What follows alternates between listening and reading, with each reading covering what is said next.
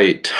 I appreciate everyone who's here. I'm running just a couple minutes late getting started because I have worked on the church all the way up until my time where honestly I left about an hour late from what I should have been leaving. I do want to give a special shout out and thank you, though, to both Nick and Eli who were with me all day, and Claudia, who I left there. Claudia come straight over from work and was fixing the water and the plumbing for us when we left. But Eli and Nick were there with me all day working on stuff. Nick had the tedious job. Me and Eli got to do stuff that's a little more fun. But I appreciate those fellows who have been volunteering time. And in fact, let me just say I appreciate everyone who's been volunteering time to work on the building. It's really shaping up. We're almost ready to start painting. Very soon we'll be doing that.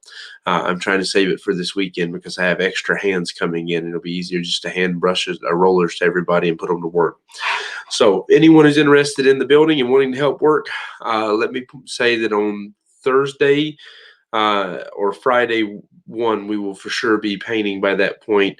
My goal would be maybe Thursday evening to go ahead and put the first base coat, the primer onto the walls. And then for Friday to get at least that first coat of paint on, to do that at least by Saturday. And then if we can get the first coat on Friday, then maybe Saturday when I have a group of people there to help me, we can do that final coat on Saturday. So the building's good in that point. We got all the lights on almost all the lights on now. Eli and Reza worked real hard on that. But I'm just giving a special shout out of thank you to everyone who's been a part of it. I think we should be appreciative. And so Stefania is mentioning coming on Thursday.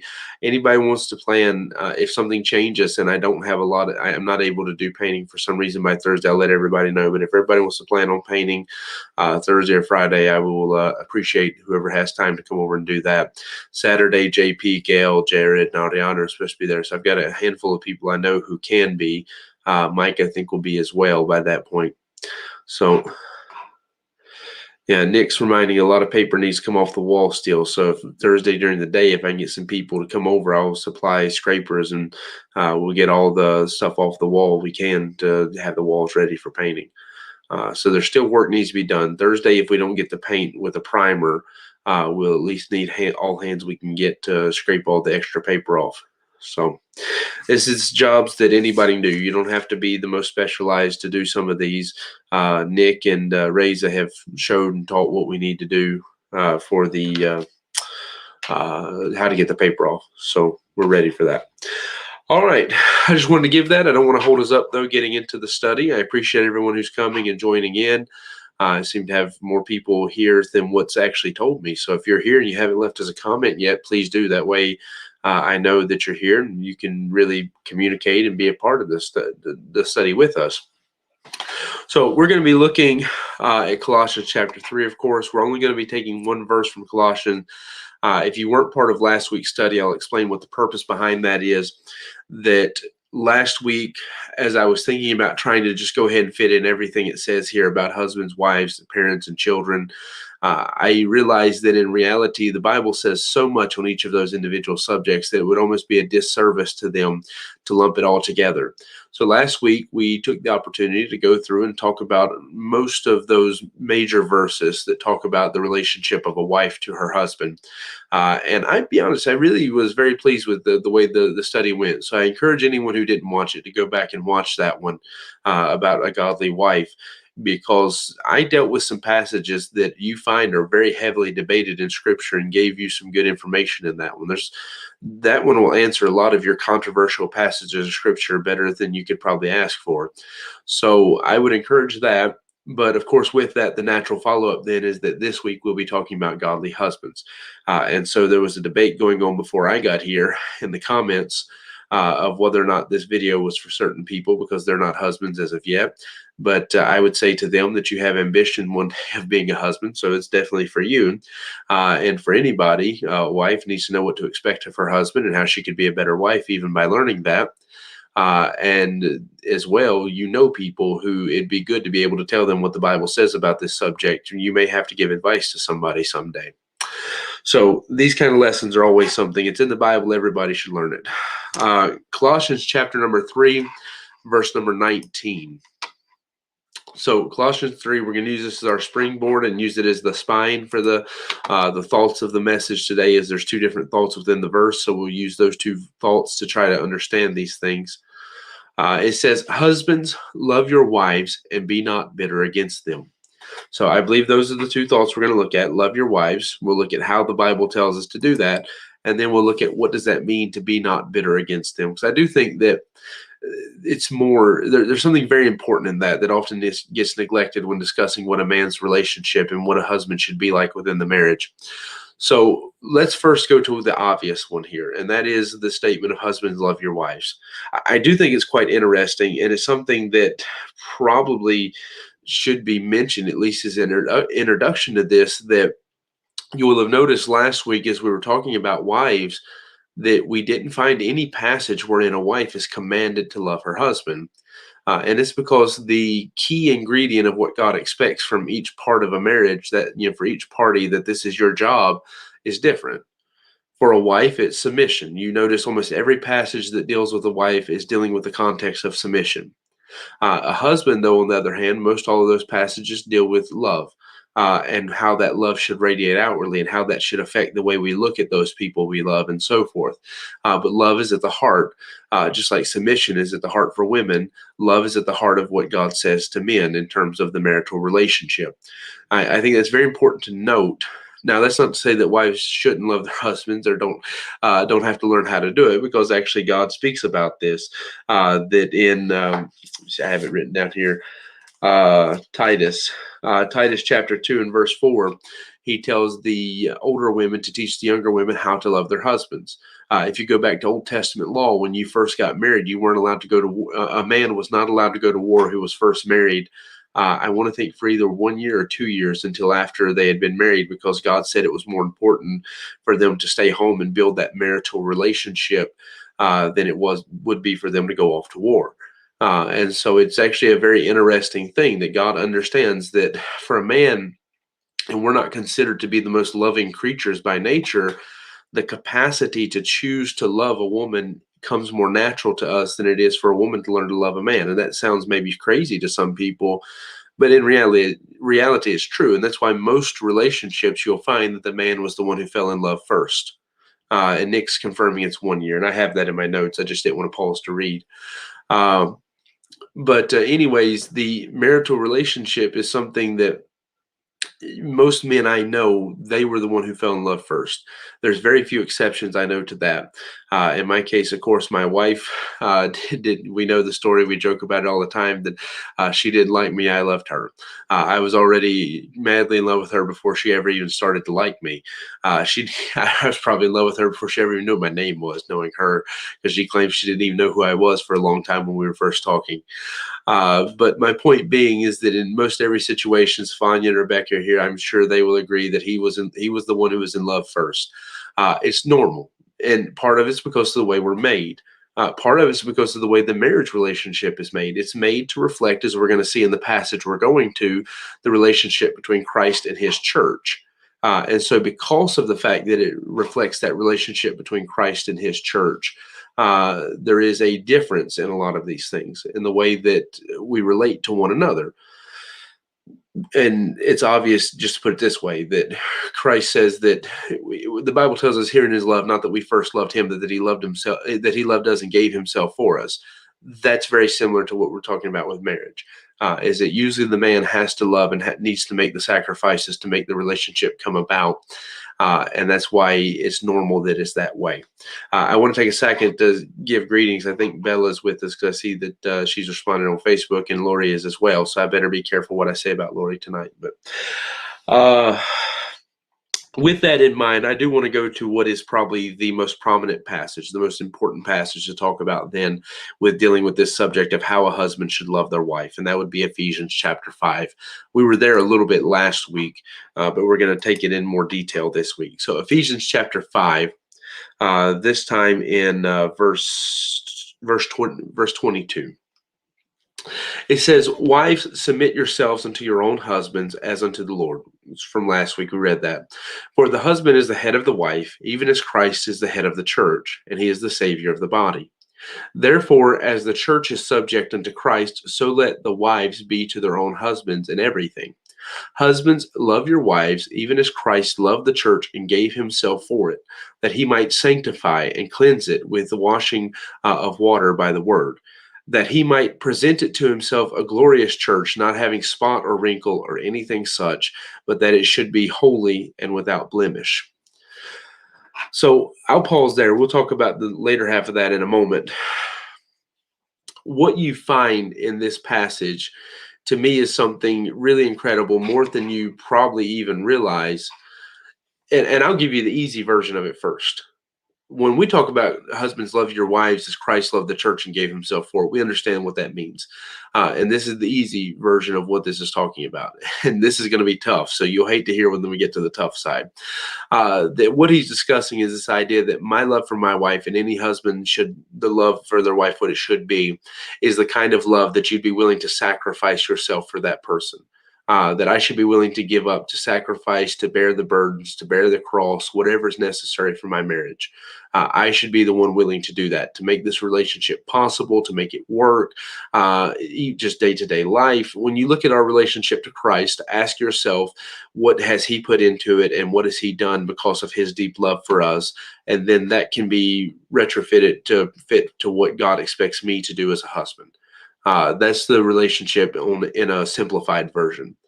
But the fact that he goes into comparing this, how that he not only died for the church because he loved them, it wasn't just about opening the canal so that there could be a relationship. It wasn't about just simply paying the cost so that the relationship would be possible. There was more. He says he did this also so that he could present to himself a bride that was without spot and without blemish, that he could beautify this church and remove from her the things that are wrong, the problems that she had, in our case, our sins, and even the things that might persist in us even after the point of salvation. Now, having said that, I want to make a point that when you look at us and our relationship, if I can apply that principle to a husband today, what that looks like is this: that as a husband, my love for my wife should require a responsibility or a response to that love that would have me living and acting and treating her in such a way that my goal is to purify her, to beautify her, to make her better. And not in the way that the flesh or the world might would look at, but in ways that, for example, my wife, one of the chief measurements of whether I've been a good husband to her in the years we've been married would be to look at how she has grown as a Christian. Is Lori a better Christian for having married me than what she was before she married me? Has she grown in her knowledge of the Lord? Has she grown closer to God? Is she doing more to serve God? Those are the kind of things that, as a husband, especially when you consider my position as the leader within the home, those are metrics in which you can measure whether I'm doing a good job as a husband. And every husband should apply this to themselves. I mean, I pick on Stefania because he's here, but Stefania needs to ask himself. He needs to look at Rebecca and consider what kind of Christian she was when he met her. How faithfully was she attending church? How was she serving God? What was her Bible knowledge like? How often was she praying and studying her Bible and so forth? And ask, is she better at those things? And even more so, don't just ask, is she better at those things? Ask the question if her marrying you has any impact on her being better at those things, if she is. And in her case, I know the answers already, but the point being is that I need to look at my wife and ask, am I helping her? Am I using my position as the leader and as the head of our home to better her? Because that's what he's discussing here. He's discussing that his love wasn't just a sacrificial love where, oh, I love you so much, I would die for you. I would lay down my life for you. I love you so deeply and so strong, because that's a lot of people have the kind of love where they can say those things. But in reality, that kind of love should have works to it. I mean, I know the word works is a dirty word right now, especially with some of the things going on that I have to deal with in the church. But it should have life to it. It should be moving. It should be breathing. It should be doing something. And if my love really is a love like Christ hath, then I can't just not do anything. I mean, do you really think Christ loved us enough that he could just sit on the throne of heaven and not be moved by his love? No, his deep love for us, that deep love wherein he loved us, as the Bible talks about, is the one that motivated him. That's what held him to the cross. As beautiful as the song is, when it says, it was my sins that held him there, in truth, it wasn't the sin that held him there. I mean, it was for sin he was held there, but it was his love that held him there until it was accomplished. Christ's love was one that he was willing to do what was necessary, not just the one time, but every day of our lives, to make his bride a more beautiful bride, not just on the outward appearance, but inside, to fix those things to work. I mean, let me give you the verse again so we can see exactly what it says he does for her. That he might sanctify. Sanctify has multiple meanings. I mean, to set apart is one of them, unique to him, but also sanctify has the idea of spiritually making stronger, that we might have spiritual strength to have victory over sin, to cleanse it with the washing of water by the word. That's that through the word of God, his church might be cleansed from the different problems, sins, and things that might persist, that he might present it to himself a glorious church. So that, when his work is done, what is there is glorious. It's beautiful. It's like you've taken and polished something until it shines, not having a spot, so that all the spots, all the blemishes are removed, or wrinkle. All the wrinkles are ironed out, or any such thing like unto a spot or a wrinkle, but that it should be holy and without blemish. I know, and this is where I'm going to try to make this even more convicting for men. I know a lot of men who complain about their wives because of different things. That she doesn't do this, she doesn't do that. There's a lot of things that they would like to see their wife do. I know men who complain because they don't think their wife does enough in terms of the way that she takes care of herself or dresses or things. And I'm just going to be honest. Sure, we can put responsibility at the foot of a wife for some of those things, but in reality, most men, if they would step up and be the man that God's called them to be, their wife would have a greater desire to do those things. And it's easy to say, well, it's her responsibility, but you're the head of the home. You're the leader. So the responsibility begins at you. That's like the Q&A the other night. When I was doing that Q&A, yeah, sure, I can prove to you through text messages I was not the one who was wrong. And normally I wouldn't use this as an example, but since Brother Haley, Brother Hoffman, whichever one brought it out, that it wasn't me that made the mistake, it was them. I'll go ahead and use this as an example that I can prove through text messages that I wasn't wrong. I double checked, triple checked, and sent my stuff exactly the way I'm supposed to. But at the end of the day, I was willing to take responsibility because I'm the leader. I'm the moderator. I'm the one in charge of that. It's my responsibility. And if one of my members, in which are part of this thing that's my responsibility, fail, then that failure still reflects on me because I have the responsibility to make it work. And if I can take that principle I'm talking about, if I can take anybody who's ever been a leader at a job site, that whether it's somebody else's fault or not, it all rises and falls on you. You still have the responsibility. In a marriage, it is the same thing. That with my wife, for those husbands that wish their wife would dress up more, do their hair, do makeup or whatever, I guarantee you that if you'd be the husband God called you to be, that any decent wife, for the most part, is going to start to do those things. Most any wife I know, that if the husband's loving her with the kind of love that he's willing to sacrifice and do things around the house and help her, not just come sit down and rest and watch, even though you may say, okay, that's her responsibility. Sure. And if that's the way you design your home, these things are unique and individual. I get that. But at the end of the day, we're not talking about responsibilities. We're talking about sacrifice. Do you think it was Christ's responsibility to go to the cross for us? No, it was his sacrifice to do that. If he's our example, then this is why this thought only gets more convicting the deeper you go with it. Is that if we really want our wife to be something more, we want her to take greater care of things in the home, you want her to take greater care of her personal beauty or so forth, then you need to step up first and you need to be the man that God's called you to be in this part. You need to be the one who takes the first and primary responsibility. And this applies to me. I'm married, so I'm not preaching this as a hypocrite that it only applies to you. This goes to me as well.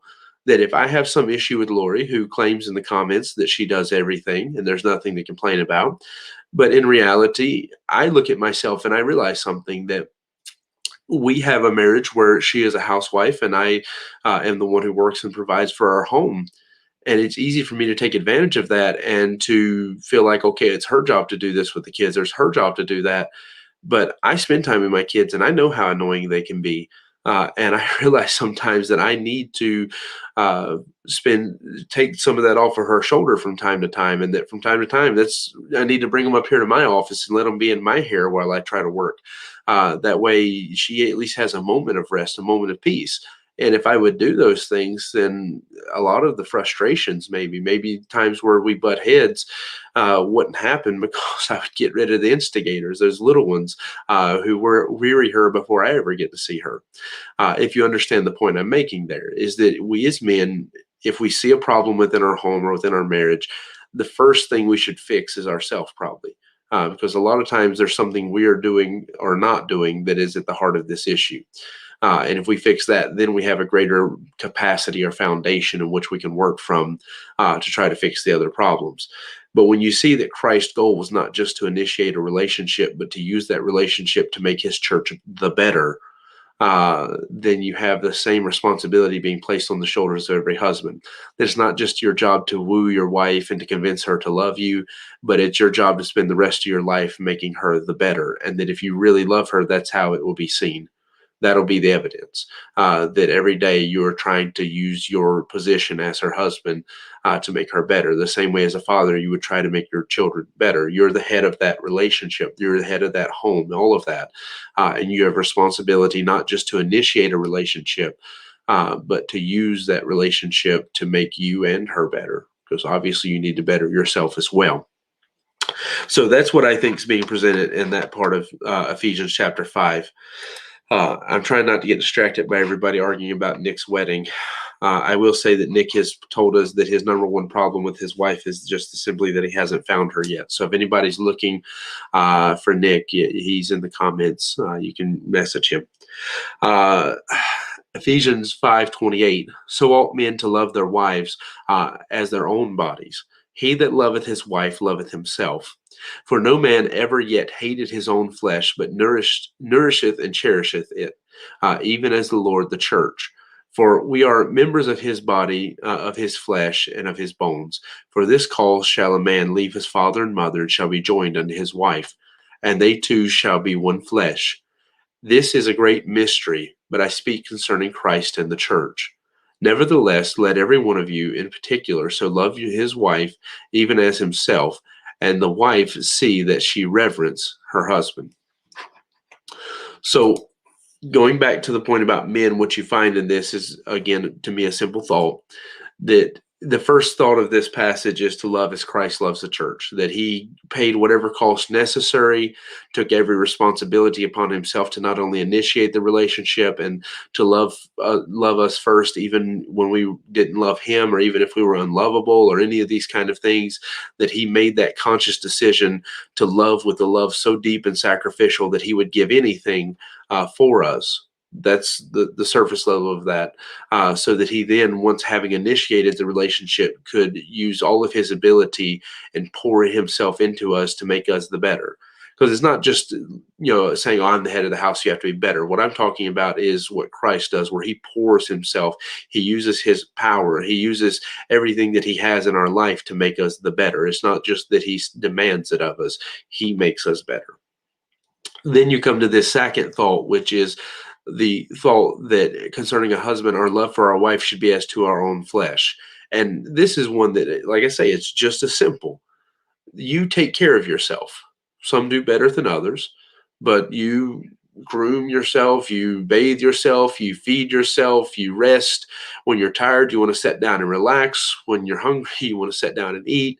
The Bible talks about that no man hates his own flesh and starves himself, but we feed ourselves, we take care of ourselves.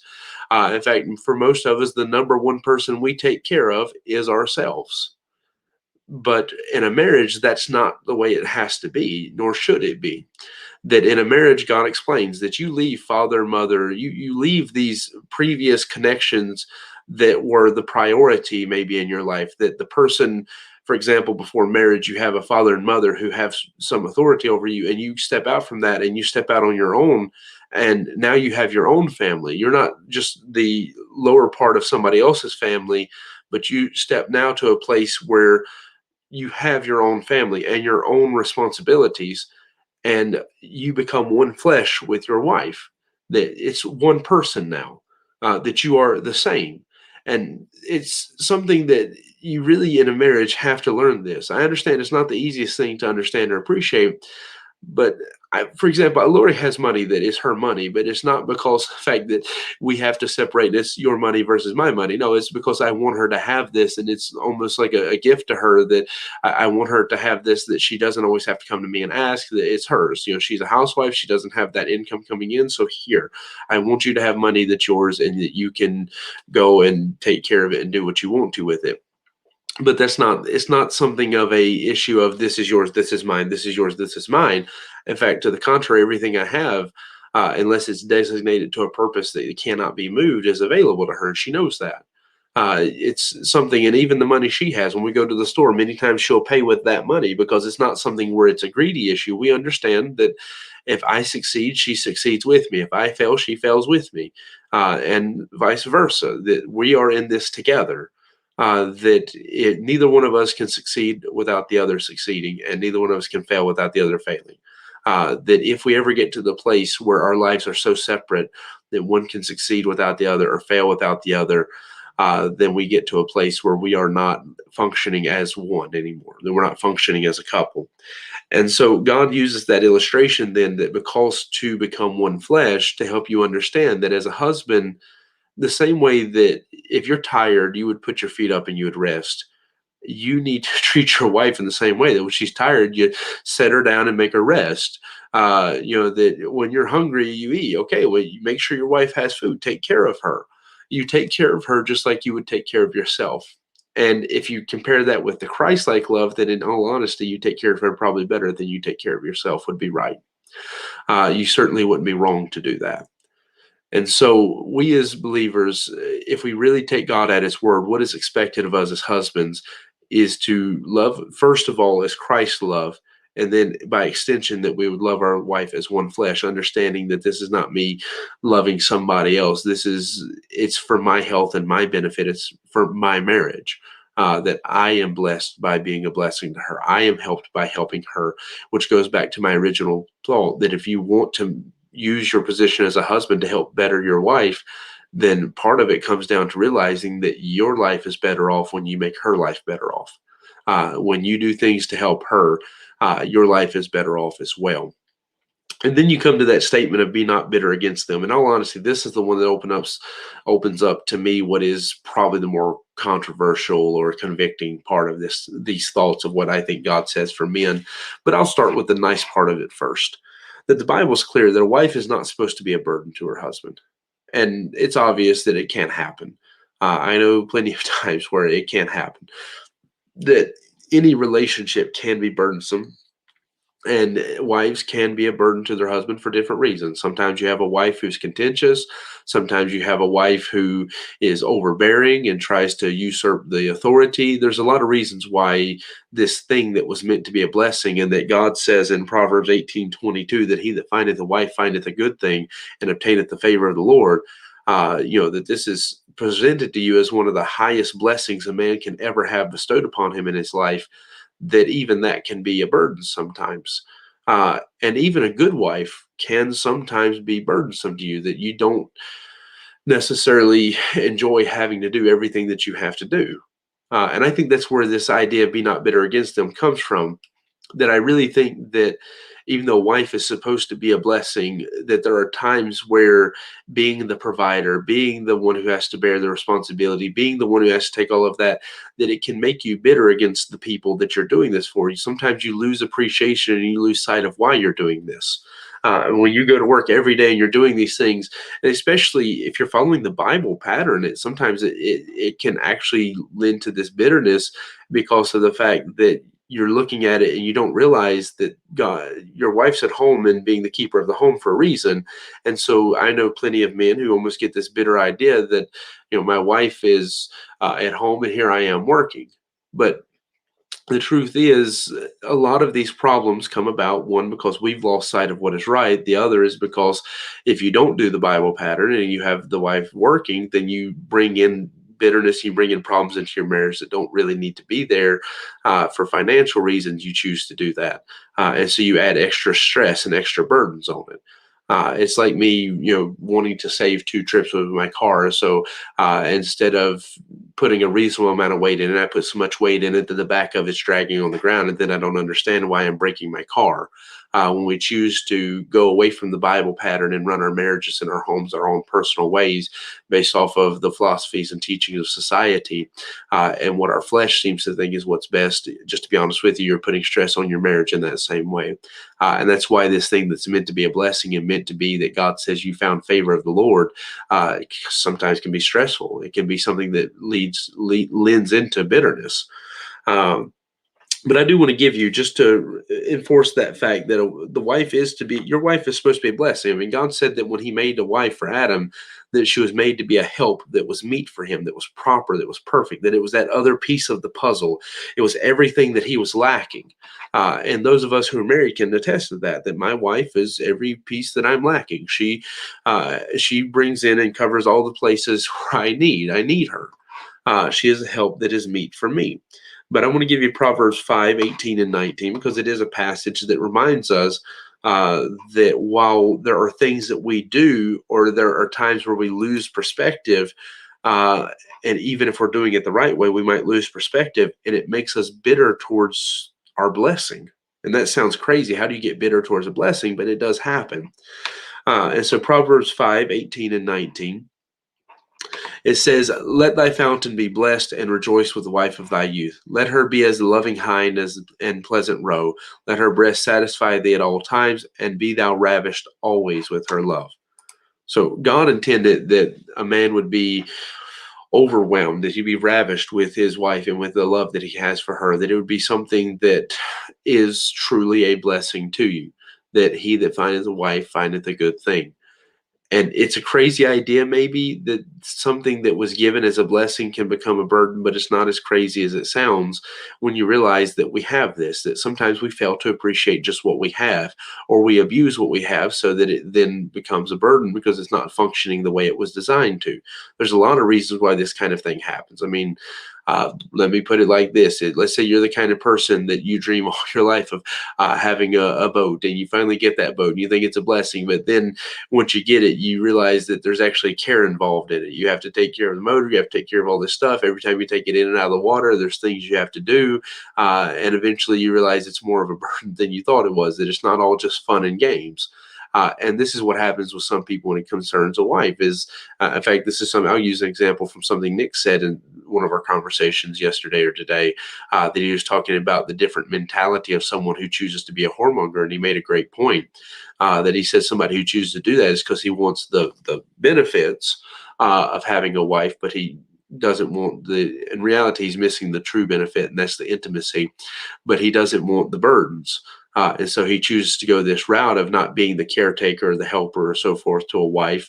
And he chooses to just go and take the sexual benefits and even ignore the real benefits of having that partner, that friend, that companion to go through life with you. And it was a good point.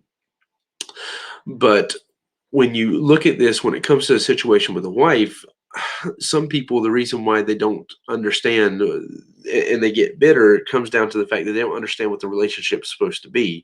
That when you look for a wife, you're not just looking for a slave. You're not looking for someone to fulfill your lust. You're not looking for someone to just laugh and play with from time to time. You are looking for someone to join with you as one flesh. Someone who you're going to be, as a husband, you're supposed to be a caretaker for them for the rest of their life. I mean, you understand that God says in 1 Timothy 5:8, any man that doesn't provide for his home is worse than an infidel. And you understand that according to Genesis chapter 3, that your part of the curse was that you are to labor by the sweat of your face for the rest of your life and provide by the sweat of your brow. That this is God has intended for you. That, I mean, that's what part of the idea. If any man doesn't work, he shouldn't eat. Is God has intended men not just to be leaders. You don't just get to be the boss and beat the drum. You have to be the provider as well. You have to take the responsibility.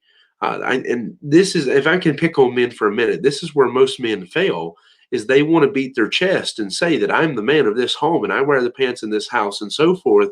And they want the respect of being the leader. But for example, and I'm going to go ahead and be offensive, most of the men who I know who are doing what I'm talking about, Their wives not only work a full-time job just like they do, but their wives also come home and cook their dinner. They also clean the house.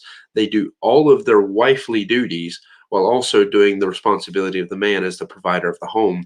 And then that man doesn't understand why his wife is not as submissive as somebody whose wife is a housewife would be. God has that relationship for a reason, so that you as a man, I can be a little more demanding in my home because I am the breadwinner, I am the provider. We do have that relationship that my wife understands that. It's ingrained in our marriage because of the fact that we've chosen to take that relationship and that position that we have. When you choose to forego that, you open yourself up to take away let me put it this way, it's a little bit harder for you as a husband to complain if there's not food on the table when your wife worked just as hard as you did today. I mean, if I can just make it simple, it's a little bit harder for you as a husband to complain if the house is not clean when your wife worked just as hard as you today. You forfeit your right to have those expectations. Instead, what you've chosen to do is take the two responsibilities that were supposed to be separated and uh, divided them out so that you're each doing both of these things. And if that's what you choose to do, okay, but realize that with that, you also forfeit a lot of what comes with the natural position as a leader, because part of the reason why those positions and responsibilities were divided out instead of or separated as opposed to evenly distributed is because of the fact that by being the provider and so forth, it gives you a natural position as a leader. So there's things you're choosing to do that brings a lot of the stress in a marriage. But getting back to the actual point is to remember this, that the wife is not the problem. That when you ever start to feel bitter towards a wife, or you start to feel bitter towards your family because I work all day and they're ungrateful, I work all day and they don't appreciate anything I do, I work all day and I come home to a messy house, I work all day and there's not food on the table. Well, again, if she's working too, then you forfeited your right to complain about those things. But sure, if she's not and you still have those, remember that there are reasons for why you may have some of these problems, but it's not necessarily that your wife is the issue. That's why he tells you to be very careful that you're not bitter towards your wife. And I would even challenge you to remember, because I'm not going to say much more, that First Peter 3:7 tells you that, and that whole chapter is spent telling wives to be submissive to their husbands. So God's rough on women in that chapter in terms of driving home their purpose, or their position in all of this. But for men, he doesn't hold back. He spends 6 verses saying stuff to the women, but what he says to the men in one verse is more convicting than what he says to the women in six, because he tells us to make sure that you dwell with your wife in wisdom, giving honor to her as unto a weaker vessel, meaning that you treat her carefully, you treat her delicately, that you don't abuse her and treat her roughly, because God says it will hinder your prayer. He says that your prayers be not hindered. God takes it personal how you treat your wives. So there is a responsibility in how you treat your wives. It does affect your relationship towards God. And I would challenge to any man who starts to ever feel himself becoming bitter, or upset or unappreciated or any of these things that leads to this kind of stress that he's talking about here in a marriage, where this which was supposed to be your blessing is now becoming your burden, to step back and ask, why is it this way? Don't let that grow. Don't let that root of bitterness take in your heart and become bitter towards your wives, but ask yourself the question. And I think the reason why this is given as a command to men is because as the leader, you have to step back and ask, because a lot of times there's something that you could do that would fix this. It goes back in large part to what we talked about in the first part of this message. A lot of times, if there's something that's bothering you about your wife, there's probably something that you're not doing or that you could be doing that would help fix that problem without ever having to complain. That's not always the case, I understand, but normally there's a lot of stuff you could do. You could change some stuff about yourself. You could better yourself in a lot of ways that would remove a lot of these problems. And I know that's not popular because we want everybody else to fix themselves and then we'll fix ourselves. But that's just not how God designed us, and that's designed a marriage, and that's not how life works. The leader has to take the responsibility to fix himself first. And as a husband, we need to be careful not to get bitter towards our blessing, but to actually take the time to do our part, to make sure that we love our wives as Christ loved the church, so that we're willing to do what's necessary, not just to start a relationship, but to maintain it and to help make sure that our relationship is an avenue or conduit in which our wife is being made better and drawn closer to Christ and growing in the Lord because of our relationship.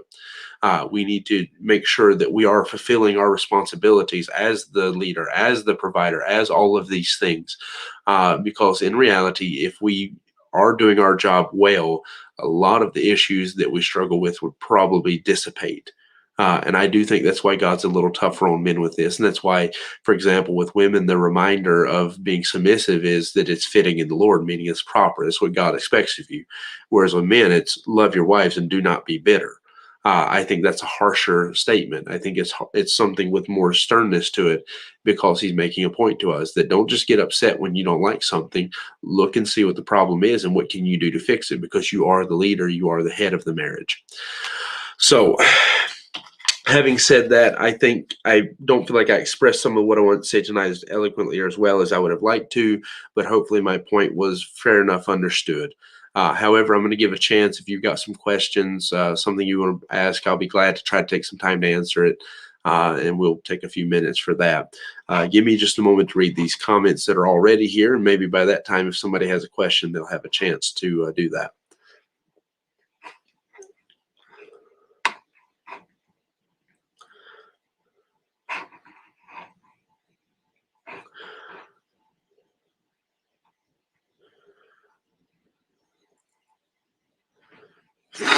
Well, actually, Lori's saying something I think almost as a joke when she says, "Do not be bitter, because we are fragile, we break."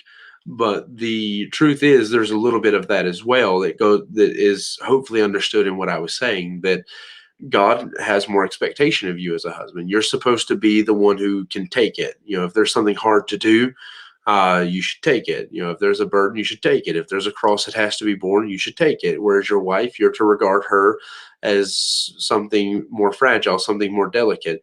It's like this, my hammers and my tools, man, I smash them, I beat them against stuff, whatever. But something like my phone, I'm a little more careful with. A very expensive vase, I don't throw that. I don't use that to drive nails in the wall. I'm much more careful with it. And that's what that giving honor as unto a weaker vessel point is about. Yes, Stefan, you can ask a question that's semi-related. I mean, if it's not close enough related, then I just won't answer it. I'll give you a short answer and move on with my life. But as far as this idea of dealing with the wife as a weaker vessel, part of us, what we have to understand is that I'm not going to get into the debate of men versus women in terms of emotional integrity, strength, and fortitude, and all this kind of stuff. In terms of physical, we know that there's a clear difference. I'm not going to debate any of that today, but God says that his expectations of you are different. And this is something that I've discussed even today. I was talking with Nick and Eli about, is that there are some people that I am rougher with because I have greater expectation of them.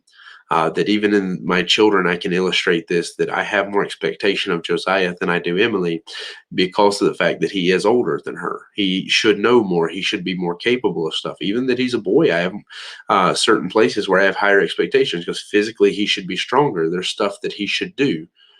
And so having looked at that, what I'm saying is that God looks at the husband and almost says that, look, I made man first. I made you to be the leader. I gave you strength and capacity to do this. I have higher expectation of what you do in this part.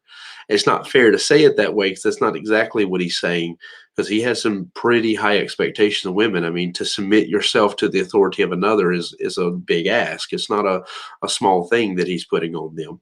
But when it comes to this attitude he has with men, it's almost like, look, you just need to toughen up and do your job. You stop complaining and do your job, is almost the attitude God has toward men. Whereas with women, I feel like he's a little more compassionate, which makes sense, because he tells men to be that way, to deal with your wife as unto a weaker vessel. Savanya asked the question, is it biblical? Is it a biblical statement to say love yourself first? And honestly, no. I think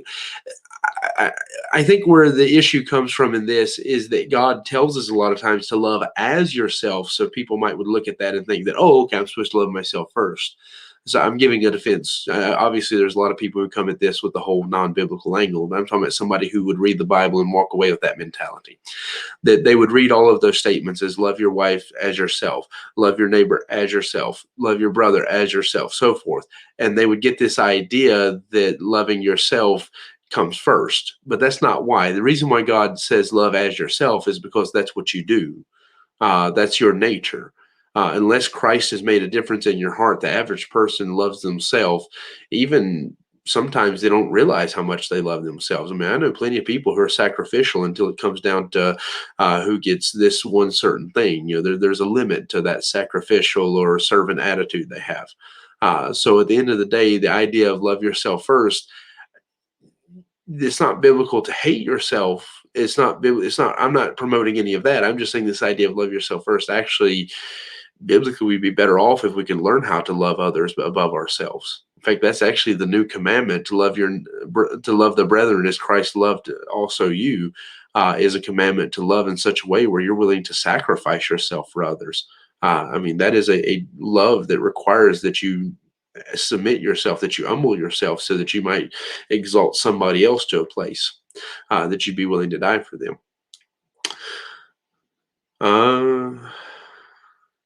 Somebody said I saw it once, and I always have the feeling that you have to put yourself lower. The truth is that, I mean, real love would involve service. It involves putting yourself at the service of others and doing things for them. So love by nature puts you in a place of humility, and you see that in Christ. And in fact, that's one of the beauties of Christ being the example of what love, being the definition of what love looks like, is it shows you that love humbles itself. And when we understand this, uh, understanding how love looks, naturally, yes, again, we love ourselves first, but that's just the way we are. We're selfish people by nature. We get rid of some of that. Some are less selfish than others, but love is something that we typically struggle with. But the idea that we should put ourselves lower and esteem others greater is a principle that runs all throughout, especially, I mean, you run throughout the Bible, but especially it's spelled out in a lot more detail in the New Testament when he talks about, not looking only on your own things, but the things of others as well. When he talks about let each esteem other better than himself. Esteem means to give value.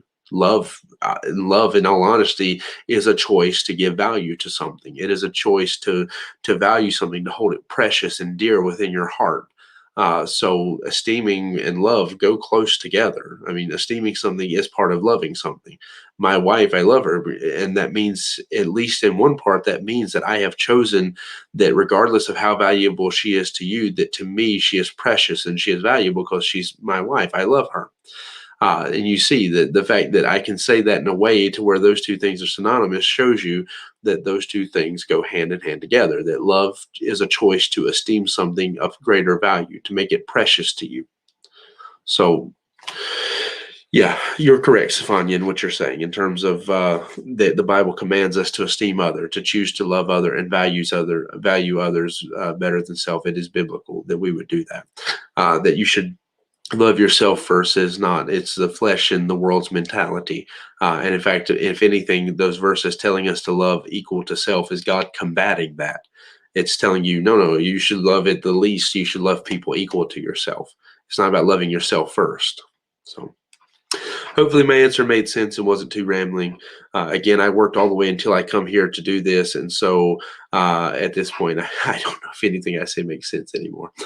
All right. I appreciate everyone having joined. I don't see any new questions coming in, so I'm assuming I'm not getting any other questions tonight. I'll go ahead and throw up the banner. If you enjoyed this, to leave me an amen in the comments.